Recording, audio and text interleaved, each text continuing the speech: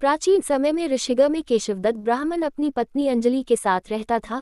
केशवदत्त को धन संपत्ति की कोई कमी नहीं थी। सभी लोग केशवदत्त का सम्मान करते थे, लेकिन कोई संतान नहीं होने के कारण केशवदत्त बहुत चिंतित रहा करता था। पुत्र प्राप्ति की इच्छा से दोनों पति पत्नी प्रत्येक मंगलवार को मंदिर में जाकर हनुमान जी की पूजा करते थे। विधिवत मंगलवार का व्रत करते हुए उन लोगों को कई वर्ष बीत गए, पर उन्हें संतान की प्राप्ति नहीं हुई। केशवदत्त बहुत निराश हो गए, लेकिन उन्होंने व्रत करना नहीं छोड़ा। कुछ दिनों के पश्चात केशवदत्त पवन पुत्र हनुमान जी की सेवा करने के लिए अपना घर बार छोड़ जंगल चला गया और उसकी धर्मपत्नी अंजलि घर में ही रहकर मंगलवार का व्रत करने लगी। इस प्रकार से दोनों पति पत्नी पुत्र प्राप्ति की इच्छा से मंगलवार का विधिवत व्रत करने लगे।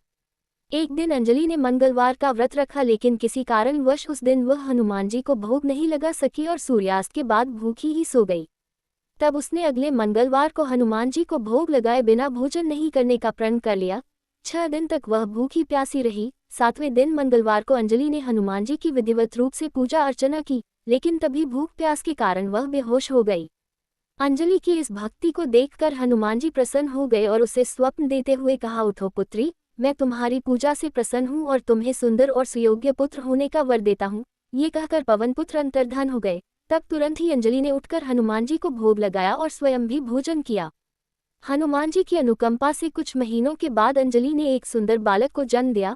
मंगलवार को जन्म लेने के कारण उस बच्चे का नाम मंगल प्रसाद रखा गया। कुछ दिनों के बाद केशवदत्त भी घर लौट आया।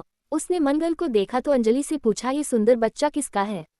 अंजलि ने खुश होते हुए हनुमान जी के दर्शन देने और पुत्र प्राप्त होने का वरदान देने की सारी कथा सुना दी, लेकिन केशवदत्त को उसकी बातों पर विश्वास नहीं हुआ। उसके मन में ये कलुषित विचार आ गया कि अंजलि ने उसके साथ विश्वासघात किया है और अपने पापों को छिपाने के लिए झूठ बोल रही है।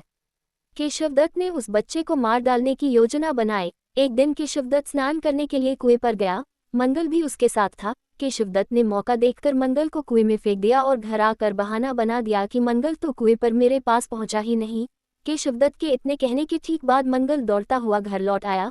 केशवदत्त मंगल को देखकर बुरी तरह हैरान हो उठा। उसी रात हनुमान जी ने केशवदत्त को स्वप्न में दर्शन देते हुए कहा, तुम दोनों के मंगलवार के व्रत करने से प्रसन्न होकर पुत्र जन्म का वर मैंने प्रदान किया था, फिर तुम अपनी पत्नी को उल्टा क्यों समझते हो?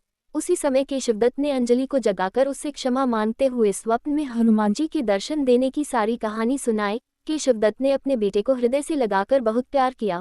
उस दिन के बाद सभी आनंदपूर्वक रहने लगे। सार: मंगलवार का विधिवत व्रत करने से केशवदत्त और उनके परिवार के सभी कष्ट दूर हो गए।